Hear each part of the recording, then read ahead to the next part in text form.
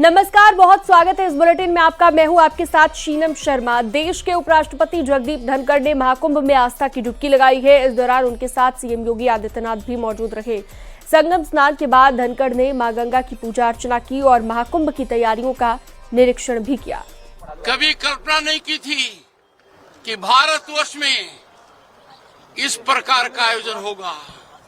हर स्तर के ऊपर प्रशासन ने और माननीय मुख्यमंत्री जी ने जो चमत्कारी करिश्मा दिखाया है। एक हादसा हुआ, पर अंदाजा लगाइए कितनी त्वरित गति से, किस गति से हर मामले को हैंडल किया गया।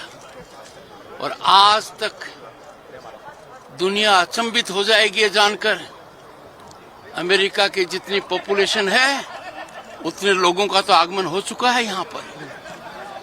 मेरे से कोई भी ऐसा नहीं मिला है जिसने ये नहीं कहा हो कि हमने सोचा नहीं था कि कोई व्यक्ति धरती पर ऐसा कर पाएगा। मैं माननीय मुख्यमंत्री जी योगी आदित्यनाथ जी को साधुवाद का पात्र मानता हूं कि उन्होंने जो आयोजन किया है वो दुनिया के इतिहास में रचित हो गया है। मैं अपील करूंगा, मार्मिक अपील, मीडिया उन पहलुओं को देखे। अंदाजा लगाने से लोग चूकते नहीं हैं। 1 लाख से ज्यादा तो टॉयलेट हैं। टॉयलेट की क्वालिटी कैसी है, लोगों को भोजन कैसे मिल रहा है, प्रशासनिक व्यवस्था कितनी अच्छी है। मैं मेरे जीवन का यह सबसे सुखद पल मान रहा हूं। और जो मैंने डुबकी लगाई, मुझे एहसास हो गया कि भारत जैसा देश दुनिया में कोई नहीं है। और आपका जो योगदान है योगी जी का, ये परिभाषित करता है कि लगन हो, योग्यता हो, सांस्कृतिक का ज्ञान हो और देश सेवा मन में हो तो करिश्माई कार्य होता है। विदेश से अविरल गंगा की परिकल्पना को महाराज जी ने पूरा कर दिया है। अविरल गंगा की परिकल्पना को महाराज जी ने पूरा कर दिया है। आप जब आपने स्नान किया आज, तो आपको संगम में अविरल गंगा की परिकल्पना कैसी लगी, जो लगातार उत्तर प्रदेश में महाराज जी आगे बढ़ा रहे हैं? महाराज जी ने देश के सबसे बड़े प्रांत में जो 180 डिग्री का बदलाव लाया है, जो सोचते हुए भी लोग डरते थे, कांपते थे कि क्या उत्तर प्रदेश में निवेश करें, क्या यहाँ कानून का राज कभी होगा। पर यह तो सपने में भी नहीं सोचा था कि ऐसा राज होगा जो और कहीं नहीं मिलता है। ये बदलाव मैंने महसूस किया है। मैं संकल्पित होकर जा रहा हूँ, ऊर्जावान होकर जा रहा हूँ और मेरे को एक नया ज्ञान मिला है। सब विदेश से बड़ी संख्या में लोग आ रहे हैं।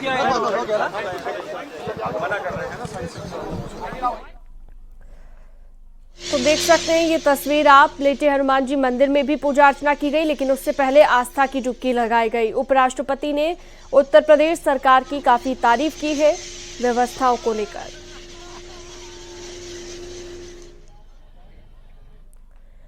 3 फरवरी यानी कि बसंत पंचमी को तीसरा अमृत स्नान है। इस बार बसंत पंचमी को ग्रहों और नक्षत्रों का कैसा संयोग बन रहा है और क्या क्या करना फलदायी रहेगा, इस बारे में पंच निर्मोही अनी अखाड़े के संत ब्रह्मांड गुरु ने न्यूज 18 से खास बातचीत की है। पंचमी कब मनाई जाती है और इस बार किस तरह के दुर्लभ ग्रहों नक्षत्रों का संयोग बन रहा है और कब स्नान करना फलदायी रहेगा? जी, बसंत पंचमी जो है ब्रह्म मुहूर्त से ही प्रारंभ हो जाएगी और संपूर्ण दिन, यानी बसंत पंचमी का जो मुहूर्त है वो संपूर्ण दिवस रहेगा और उसमें जो भी स्नान करेंगे अर्थात वह अमरत्व को, समत्व को और ईश्वरत्व को प्राप्त करेंगे। क्योंकि ज्ञान के द्वारा ही सृष्टि का संचालन होता है। अगर ज्ञान नहीं है तो बहुत आप धनवान हैं, बहुत बलवान हैं, लेकिन अपने जीवन का सही उपयोग आप नहीं कर पाते हैं। इसलिए इस स्नान को करना इसलिए भी आवश्यक है क्योंकि इस महाकुंभ का यह पूर्ण स्नान भी है अमृत स्नान। चूंकि स्नान तो बहुत सारे हैं, शिवरात्रि तक मेला चलेगा और शिवरात्रि के बाद तक, यानी कि जो शिवरात्रि के बाद की जो अमावस्या आएगी उस दिन भी लोग स्नान करेंगे, लेकिन अमृत अमृत स्नान की जो हमारी 3 स्नानों की जो परंपरा रहती है, वह बसंत पंचमी को हम लोग पूर्ण स्नान के रूप में मानेंगे, जिसमें हमारे देवी देवता स्नान करते हैं। रही बात मुहूर्तों की, तो उस दिन संपूर्ण दिवस मुहूर्त रहेगा, जो जहां भी है, जिस भी स्नान घाट पर है।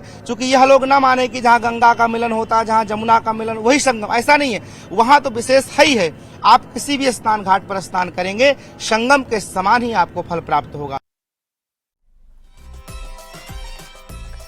महाकुंभ को लेकर श्रद्धालुओं का उत्साह देखते ही बन रहा है। गुजरात से आई महिलाओं के ग्रुप ने भजन गाकर अपनी खुशी का इजहार किया। उनके साथ अन्य श्रद्धालु भी नजर आए। मधुर भजन श्रद्धालु सुनकर झूम उठे। श्रद्धालुओं ने लोगों को संयम बरतने और अफवाहों पर ध्यान न देने की अपील की है। में संगम की डुबकी लगाने के लिए यहाँ पर जो देश के अलग अलग हिस्सों से श्रद्धालु आए हैं, लोग आए हैं, उनके अंदर क्या जोश है, क्या जुनून है और किस तरीके का उत्साह है। क्या हादसे के बाद कोई असर पड़ा है यहाँ पर भीड़ में? लेकिन एक बार सबसे पहले मैं भीड़ दिखाना चाहूंगा। भीड़ ये देखिए, यहाँ पर भीड़ किस तरीके से है। बहुत बड़ी संख्या में, जहां पर आप दिखाएं, नजर दौड़ाएं, वहां पर पब्लिक ही पब्लिक नजर आएगी।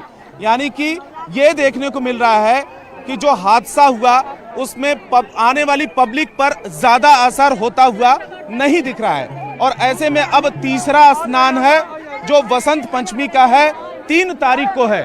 और यहाँ पर महिलाएं हैं जो गुजरात से आई हैं, ये भजन गाएंगी, भक्ति वाला गीत भी गाएंगी और किस तरीके से अपना मैसेज देना चाहेंगी, इन लोगों से भी बात करते हैं। तो कौन सा आप लोग भक्ति वाला गीत या भजन गाएंगे?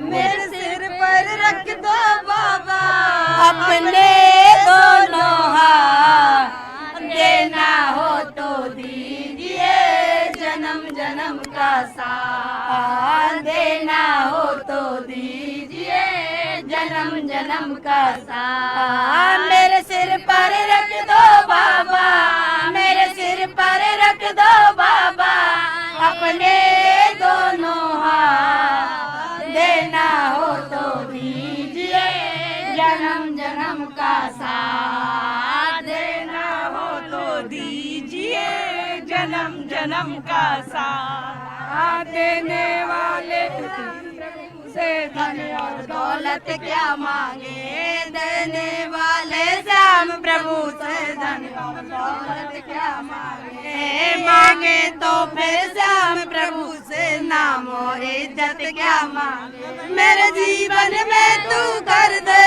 मेरे जीवन में तू कर दे कृपा की बरसात, देना हो तो दीजिए जन्म जन्म का साथ। बोला बोला नाथ की, बोला गमैया की जय, हनुमान जी महाराज की। क्या मैसेज देंगे बसंत पंचमी के स्नान को लेकर? क्या मैसेज देंगे आप? देखिए, प्रशासन ने बहुत अच्छी व्यवस्था की हुई है। संयम और धैर्य से अगर आप पूजा करेंगे तो बहुत अच्छा प्रयास रहेगा।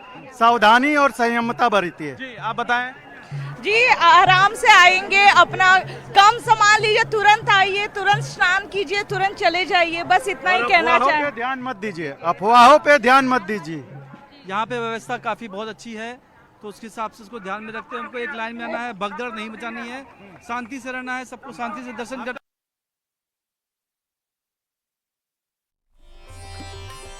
बसंत पंचमी के अमृत स्नान के लिए जनसैलाब उमड़ रहा है। संगम की फिजा में जोश, जुनून और उत्साह बरकरार है। 3 फरवरी को बसंत पंचमी के अमृत स्नान के लिए महाकुंभ तैयार है और संगम में डुबकी लगाने के लिए श्रद्धालु बेकरार दिख रहे हैं। लोगों का ये कहना है कि हादसे के बाद मन में थोड़ा डर जरूर था, लेकिन यहाँ पर आने के बाद डर दूर हो गया है। सरकार की व्यवस्थाएं काबिले तारीफ है, पुलिस का पुरजोर समर्थन भी मिल रहा है। 3 फरवरी को वसंत पंचमी का अमृत स्नान है और उससे पहले एक बार संगम क्षेत्र में, महाकुंभ क्षेत्र में उत्साह दिखाऊं श्रद्धालुओं की बड़ी भीड़ यहां पर दिखाई दे रही है। जो लगातार देश के अलग अलग हिस्सों से लोग पहुंच रहे हैं स्नान करने के लिए, महाकुंभ में दर्शन करने के लिए, अलग अलग मंदिरों में, मठों में और साधु संतों से आशीर्वाद लेने के लिए।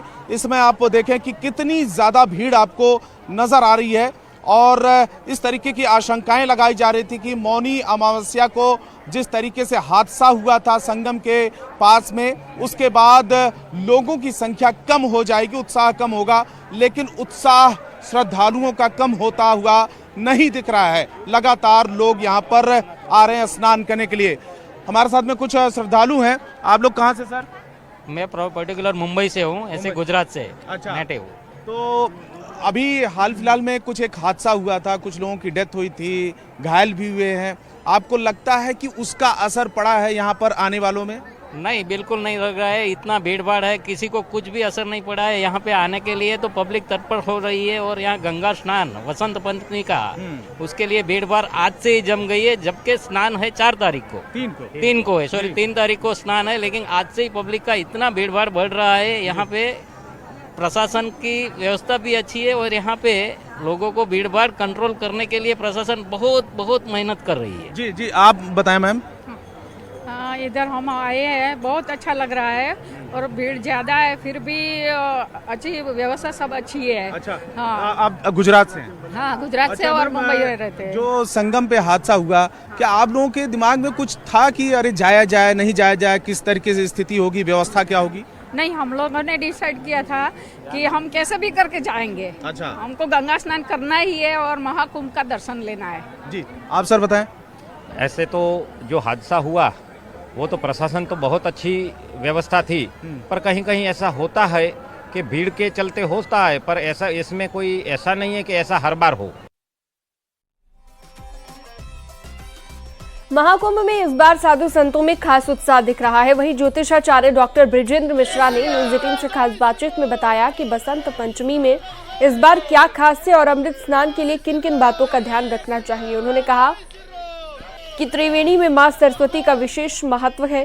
प्रयागराज में ही मां सरस्वती प्रकट होती हैं, उन्हीं से अमृत और ज्ञान मिलता है। की रेती पर सोमवार 3 फरवरी को बसंत पंचमी का स्नान पर्व है। ये महाकुंभ मेले का चौथा स्नान पर्व है, लेकिन अखाड़ों का ये शाही स्नान यानी कि अमृत स्नान है और तीसरा और अंतिम स्नान है। इस पर्व को लेकर क्या तैयारियां की गई हैं, क्या मुहूर्त है और इस दिन कैसे स्नान करें, क्या दान करें और इसका क्या महत्व है, इन तमाम विषयों पर बातचीत के लिए हमारे साथ प्रोफेसर डॉक्टर बृजेंद्र मिश्रा हैं, जो कि जाने माने ज्योतिषाचार्य हैं। उनसे बातचीत करेंगे। आपका स्वागत है न्यूज 18 पर। बहुत ये बताएं कि किस तरह से बसंत पंचमी का महत्व है और इस बार कौन से मुहूर्त, किस लग्न में इसका आयोजन होने जा रहा है और क्या कुछ करना चाहिए यहाँ पर जो स्नानार्थी आएंगे। देखिए, इस त्रिवेणी में माँ सरस्वती का तो महात्मा है ही है, सभी जानते हैं, और प्रयाग में ही माँ सरस्वती प्रकट होती हैं। उन्हीं से अमृत मिलता है और ज्ञान मिलता है। इस तिथि को श्री पंचमी भी बोलते हैं, बसंत पंचमी भी बोलते हैं। और दूसरी चीज है कि अक्षरारंभ भी इसी में लोग करते हैं। कुछ बच्चों का विद्या आरंभ भी इसी में कराया जाता है और ज्ञान प्राप्ति के लिए उस दिन माँ सरस्वती की साधना की जाती है। अच्छा, किस तरह के वस्त्र पहने, कैसे गंगा स्नान करें और क्या दान करें तो अक्षय पुण्य की प्राप्ति होगी। देखिए, वस्त्र की जब आपने बात की तो वैसे तो माँ सरस्वती का वस्त्र श्वेत होता है, परंतु ये बसंत से जुड़ाव है इसका, और बसंत के लिए पीले वस्त्र पहने जाने चाहिए। प्रयागराज महाकुंभ में 2025 में हर रोज नया विश्व रिकॉर्ड बन रहा है। महाकुंभ में महज 19 दिनों में अब तक 32 करोड़ लोग स्नान कर चुके हैं। आबादी के लिहाज से दुनिया के चौथे पांचवें सबसे बड़े देश इंडोनेशिया और पाकिस्तान की आबादी से ये ज्यादा है। अगले 24 घंटे के अंदर अमेरिका की आबादी से भी अधिक लोग महाकुंभ में स्नान कर एक नया रिकॉर्ड बनाने जा रहे हैं। प्रयागराज महाकुंभ 2025 में अब तक 32 करोड़ से अधिक लोग स्नान कर चुके हैं। दुनिया के 195 देशों में से 192 देश ऐसे हैं जिनकी आबादी 30 करोड़ से भी कम है। अगर चौथे और पांचवें नंबर की बात करें तो वो आबादी इंडोनेशिया और पाकिस्तान की है, जो भी 30 करोड़ से कम है। जबकि महाकुंभ 2025 में अब तक 32 करोड़ से अधिक लोग स्नान कर चुके हैं, यानी कि दुनिया की तीसरी सबसे बड़ी आबादी इस वक्त महाकुंभ 2025 में स्नान कर चुकी। महाकुंभ में 73 देशों के 116 राजनयिक पहुंचे, जिनका प्रयागराज पहुंचने पर मेला प्रशासन ने स्वागत किया। अमेरिका, रूस, यूक्रेन, जापान, जर्मनी, दक्षिण Africa, France, Brazil, Malaysia, New Zealand, Italy, Canada, Switzerland, Thailand समेत 73 देशों के राजनयिक महाकुंभ पहुंचे हैं, जहां पर विदेशी डेलीगेट्स का महाकुंभ मेला में अखाड़ों की परंपराओं और आध्यात्मिक संस्कृति से साक्षात्कार हुआ। विदेशी डेलीगेट सबसे पहले अरैल के अस्थायी सर्किट हाउस त्रिवेणी संकुल पहुंचा, जिसके बाद सभी राजनयिकों ने संगम में आस्था की पवित्र डुबकी लगाई।